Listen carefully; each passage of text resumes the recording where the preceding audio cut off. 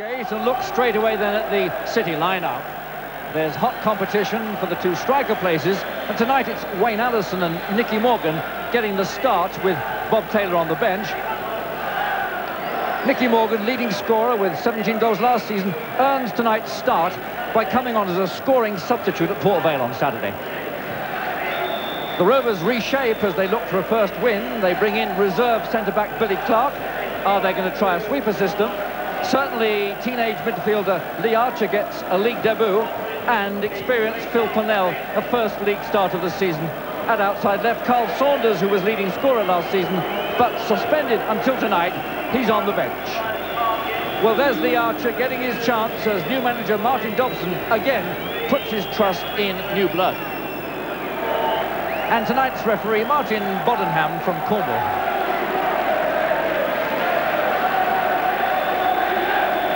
And it's City kicking off in the red tops, playing right to left. City fourth from top of the table, 8 points from their first league games. The Rovers, fourth from bottom, 2 points from 3 games.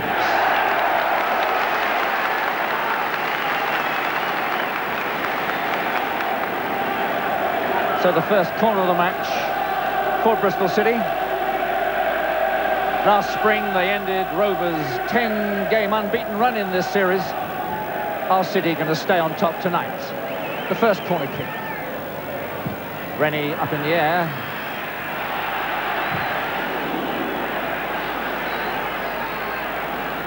May again. Clark got a boot on it. This is Smith. And goal kick to Bristol Rovers. David Smith, the man that City will look to supply as often as possible to use that well-known speed of his.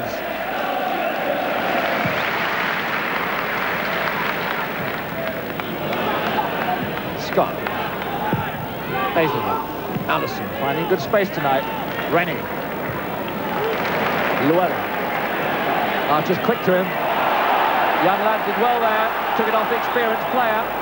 What can he make of it? Looking for Purnell outside. Purnell not there. Skinner is. So Stewart. Rees lets fly. Andy Rees, they're not able to add execution at the death to a good Rovers move.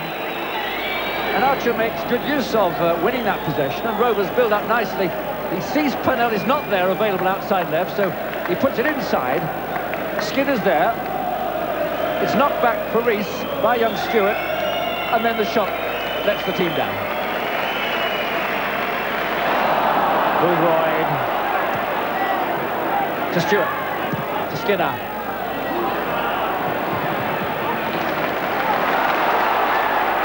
Scott to Hazelwood. Taking the ball forward. May, who's slotted back to right fullback. Junior Bent, the substitute. May. A lovely ball to Bent.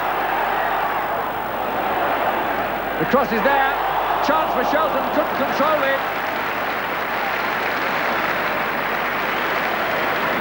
May's lovely pass has released Bent. Shelton's read it nicely, gets onto the square ball but can't quite control it, and Rovers survive.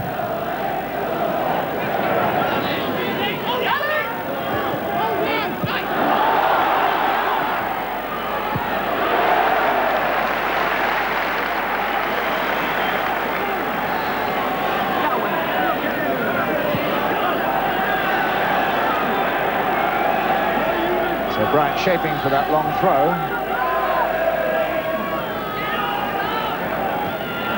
Morgan, squaring it, chance! Oh, my goodness me, Dave Rennie, what a wonderful opening. Well-worked move.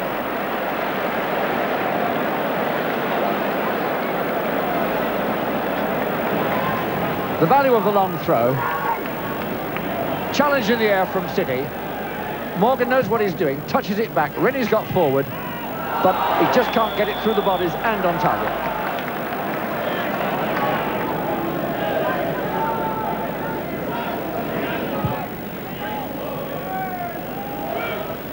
Oh, good glance by Allison. Bent. Allison. Smith. Scott. And it's a wonderful save there by Parkin from Junior Bent. Bent came steaming in on the cross, did everything right. Parkin was superb. Scott arrows it in. Allison does well in the air. There goes Bent getting to the ball, and what a save. And so the corner kick taken by Bent, cleared by Rovers. Back to May. Wow, a pile driver there from Andy May. Brian Parkin's busy, but he's up to it.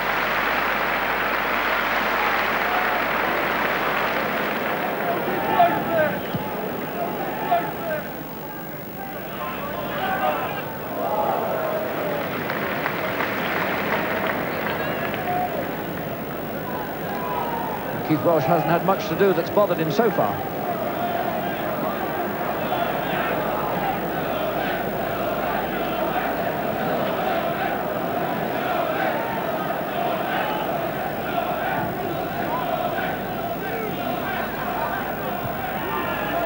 May.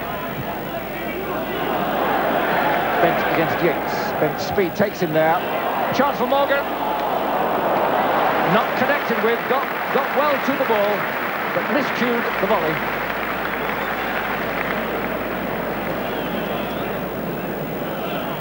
Lovely example of the way Bent's speed is an asset. Nicky Morgan gets to it. It's a chance.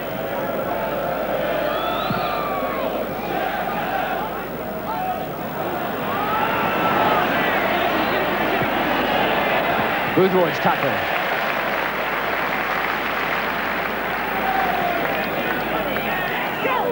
Shelton's throw. Smith. Shelton's cross. Cleared by Yates. White. Not very determined for him. City have it. May. To Bryant. There's a likely name. May.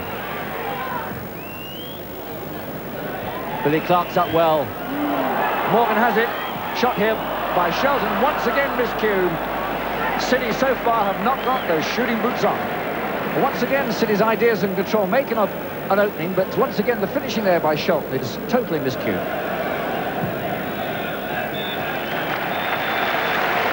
So a half-time score then of no score. Bristol City really ought to have been in front by now, and I would expect to see substitute Bob Taylor brought into the second half by then if the score remains Bristol City 0, Bristol Rovers 0.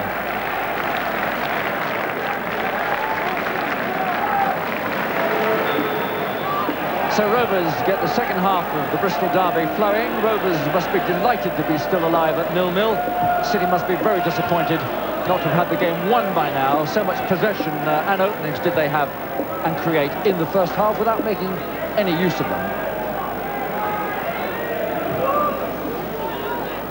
Andy May filling it at right fullback because Llewellyn's off with a hamstring injury. Nothing serious apart from the fact he can't play any more part in this game. Purnell for Rovers. Devon White. Archer looking to find Purnell, but May covering up. Andy May has taken part in the amusing amount of possession that City have had, but it hasn't been very amusing for their supporters in a way that May and co have made nothing of it. Allison. Yates playing as the backman in a new sweeper system Rovers brought in to come over here and try and get a point. Dennis Rofe, the Rovers coach, he's looking reasonably pleased, and he's entitled to.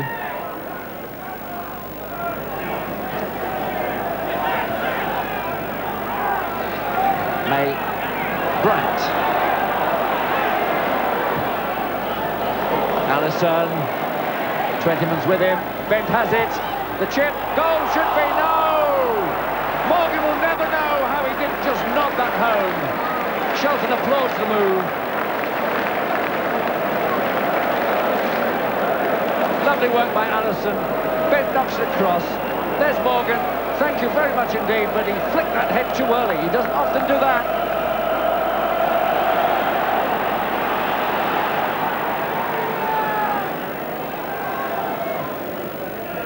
Stewart's moved nicely, good control by the youngster, and he's made a jump for Skinner, and a good save. Oh yes, and completed by Scott. And Skinner very annoyed, he didn't give Rovers the lead there. It was an excellent move. Stewart makes it, real class from the youngster. Skinner's moved well. Good save by Welsh, and Scott is quick to cover.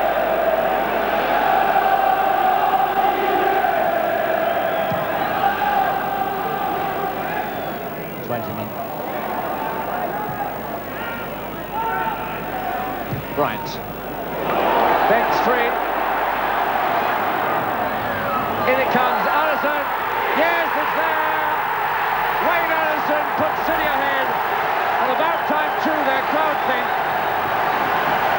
The man who linked the line well all through the night finally took the chance made by the speed of Junior Bent.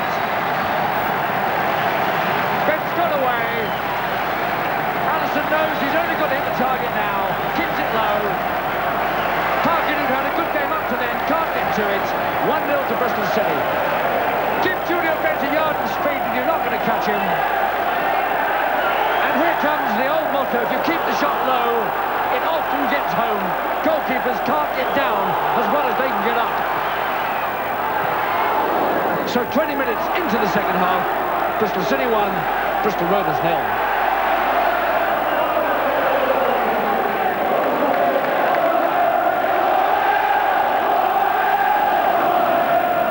Scott still has it.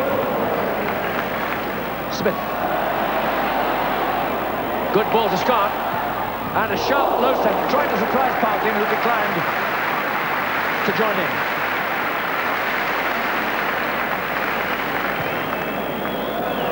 Tunnell. To Bryant.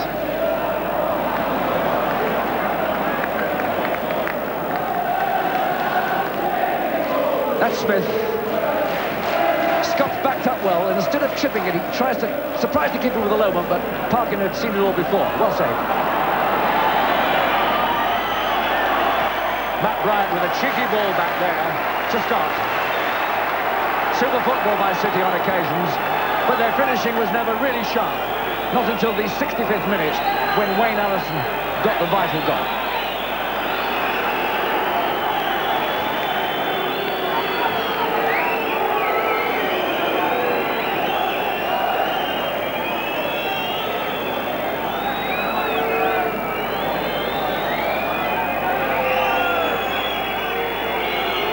Rovers free kick after 4 minutes of added time. Pennell hoists it. City play the offside trick.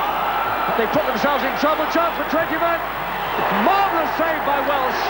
My goodness me, that's what they paid £200,000 for this boy. City's offside trap sprung.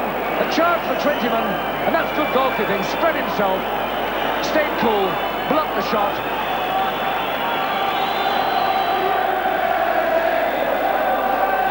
So Martin Bonham brings the Bristol derby to an end. A deserved win for the home side by 1-0. Their fans celebrate their side, still unbeaten, moving towards the top of that table. And there's the man who got the vital goal, Wayne Allison, the outstanding player for me in the match.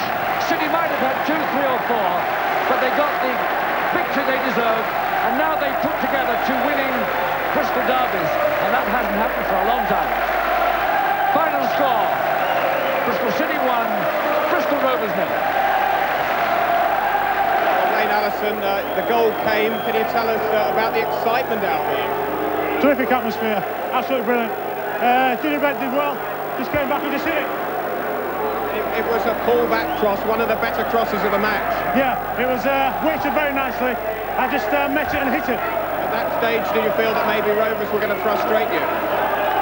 No, we played a better football. We knew it was going to come sooner or later.